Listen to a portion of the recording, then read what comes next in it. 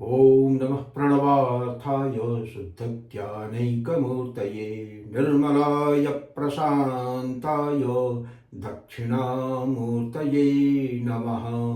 चिद्घनायमशेषाय वटमूलनिवासिने सच्चिदानन्दरूपाय दक्षिणामूर्तये नमः। ईश्वरो गुरुरात्मेति मूर्तिभेदविभागिने व्योमवद्व्याप्तदेहाय दक्षिणामूर्तये नमः।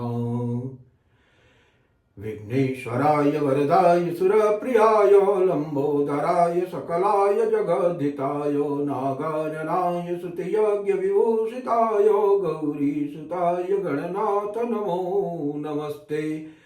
विघ्नार्तिनाशनपराय गणेश्वराय सर्वेश्वराय सुखदाय सुरप्रियाय विद्याददाय विकटाय च वामनाय भक्तप्रसन्न वरदाय नमो नमस्ते। ओम नमः श्री गुरुवे शिवाय। ओम नमः श्री परदेवताय। सृष्टौ या सर्गरूपा जगदवन विधौ पालिनी या च रौद्री संहारे चापि यस्या जगदिदमखिलं क्रीडनं या पराख्या पश्यन्ति मध्यमाथो तदनु भगवती वैखरी वर्णरूपा सा स्मत्वाचं प्रसन्ना विधि हरिगिरिशाराधितालंकरोतु। तो फ्रेंड्स, वासंतिक नवरात्रि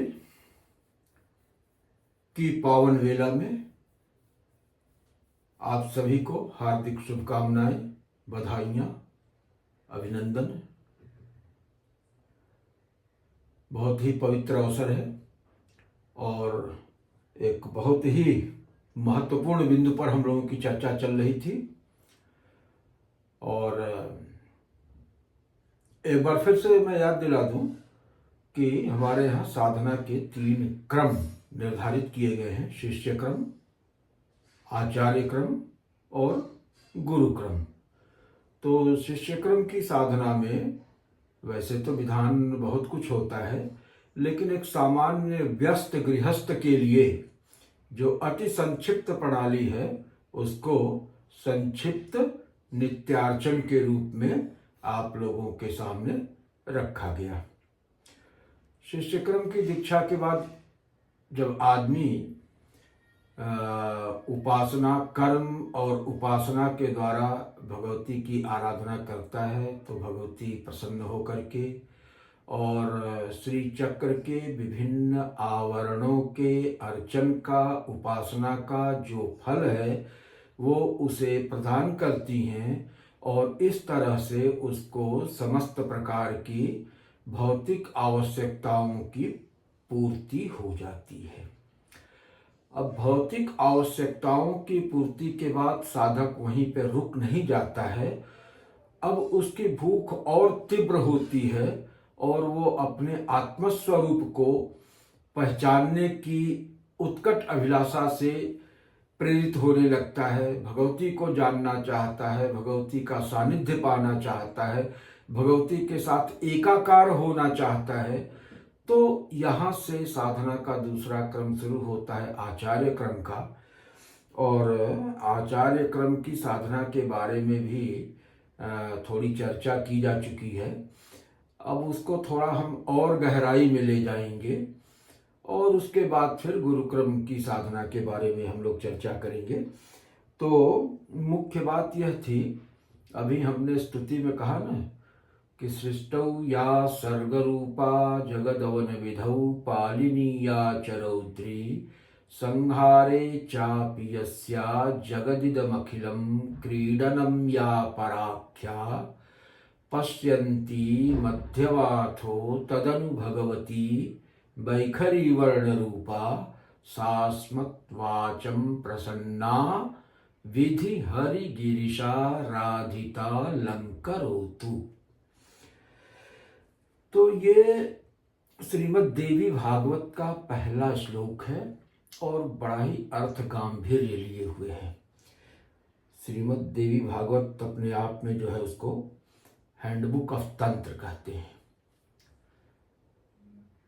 तो शुरू के प्रथम श्लोक में ही इसमें बहुत कुछ बातें स्पष्ट कर दी गई हैं।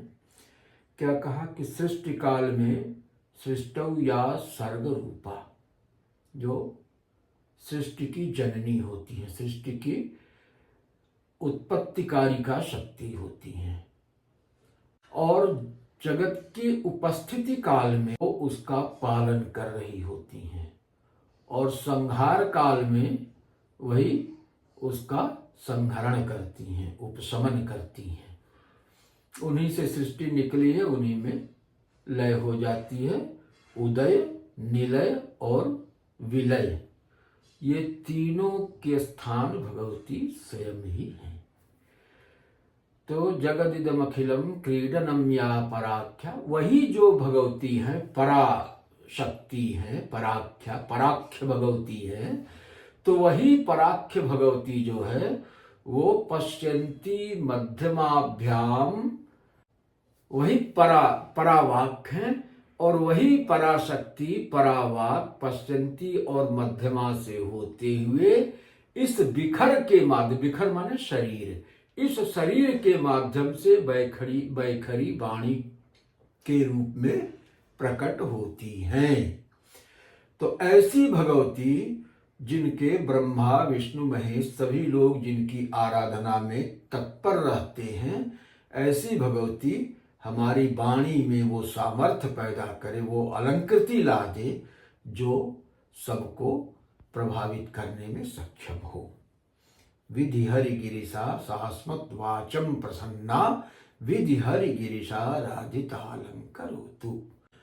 तो माने वो जो पराशक्ति है, वो पराशक्ति ही परावाक है, और जब वो सृष्टोन्मुख होती है तो एक तरफ जो है आर्थी सृष्टि की रचना होती है, और दूसरी तरफ जो है वांग्मय की सृष्टि होती है। तो वांग्मय की सृष्टि और आर्थी सृष्टि वागर्था विव संपृक्तौ, वाक और अर्थ माने वाणी, और वाणी का जो प्रयोजन है, जो जिसकी तरफ वाणी के द्वारा संकेत किया जाता है, वाचक और वाच्य दोनों की सृष्टि, वही भगवती अपने आप को इन दोनों सृष्टियों के रूप में स्फुरित करती है।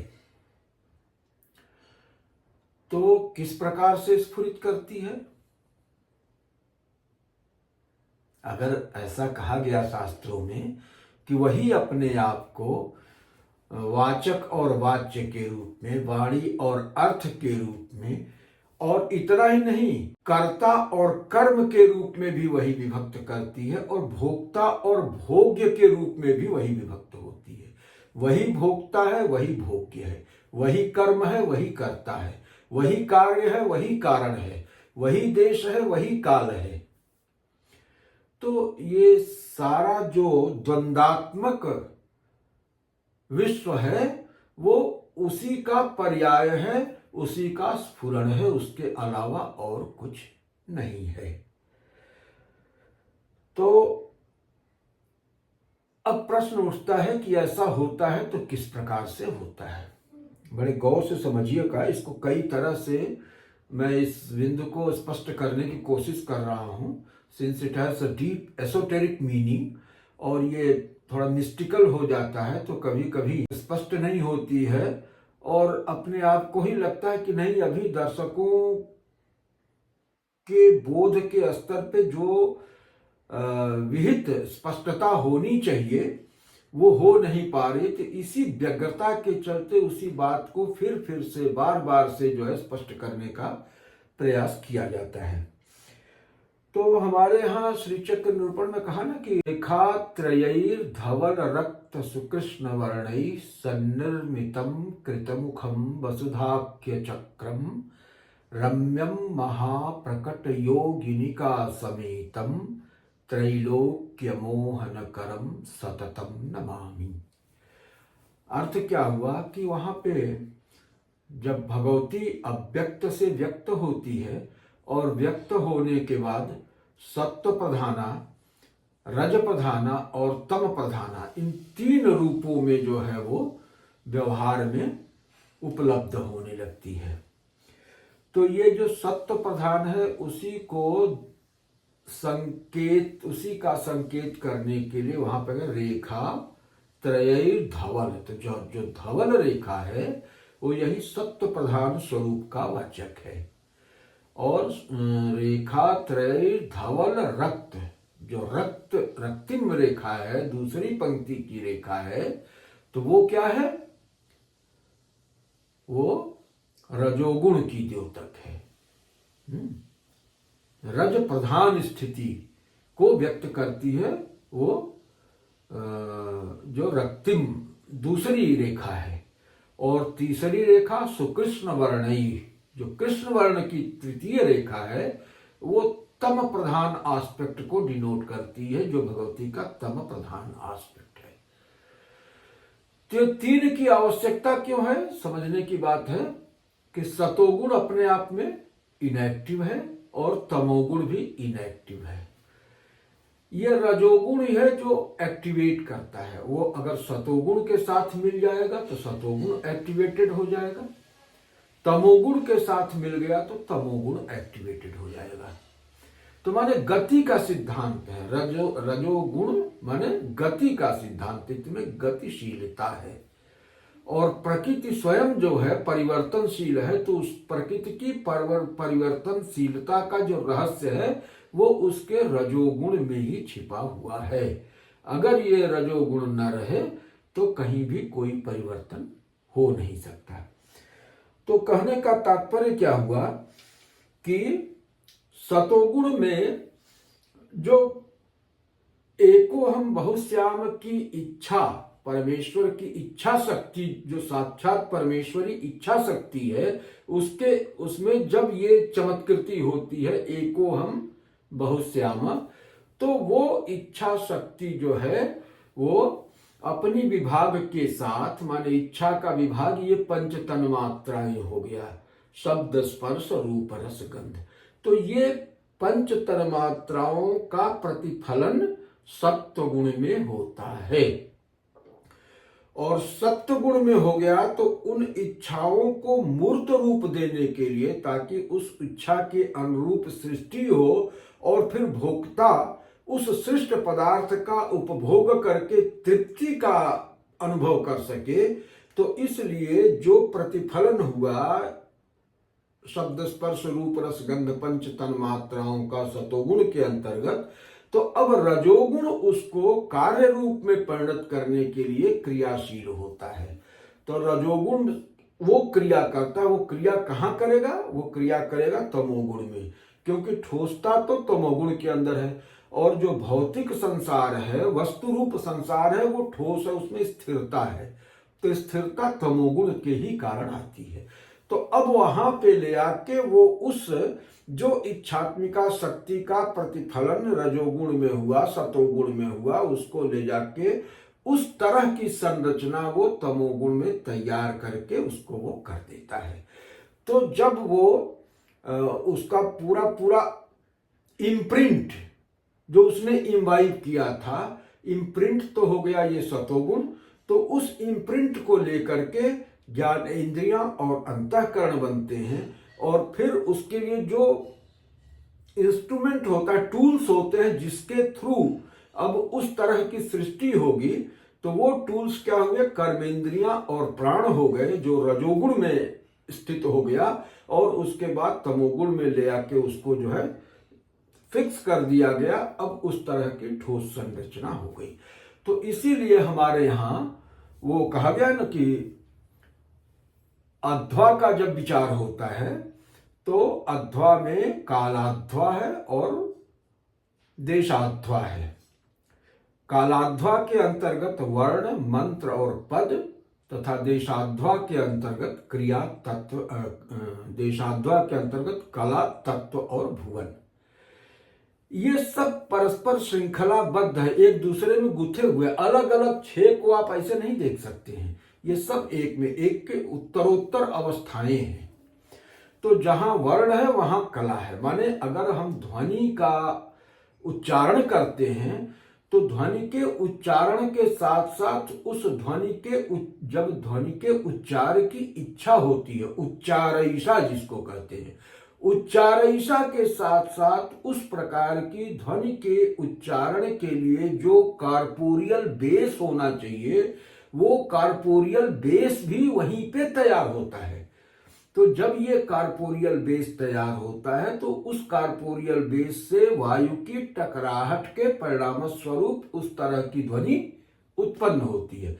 तो माने किसी भी ध्वनि के उत्पन्न होने के दौरान उस ध्वनि को उत्पन्न करने वाला कार्पोरियल बेस भी तैयार होता है। यही सृजन का रहस्य है। जो मंत्रों के माध्यम से सृष्टि होती है तो उसका रहस्य यह है कि उसके साथ साथ उसका कार्पोरियल बेस भी बनता है।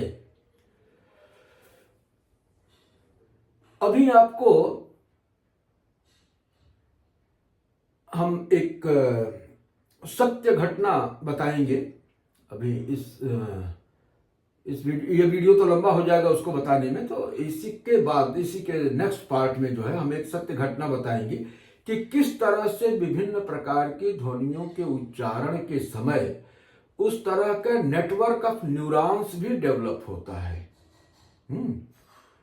तो ये बड़ा इंटरेस्टिंग रहेगा। ये साइंटिफिकली प्रूवन फैक्ट है कि ध्वनियों के उच्चारण के साथ साथ कुछ केमिकल्स, मतलब इलेक्ट्रिक, जो ध्वनि के उच्चारण के साथ कुछ इलेक्ट्रोमैग्नेटिक सिग्नल्स होते हैं, वो ट्रिगर करते हैं कुछ केमिकल सिग्नल्स को, और वो केमिकल सिग्नल्स जो है उस ध्वनि के संचरण के लिए, उसके उच्चारित होने के लिए, उसके स्टोरेज के लिए एक फैसिलिटी क्रिएट करते हैं। ये न्यूरल नेटवर्क क्रिएट करते हैं।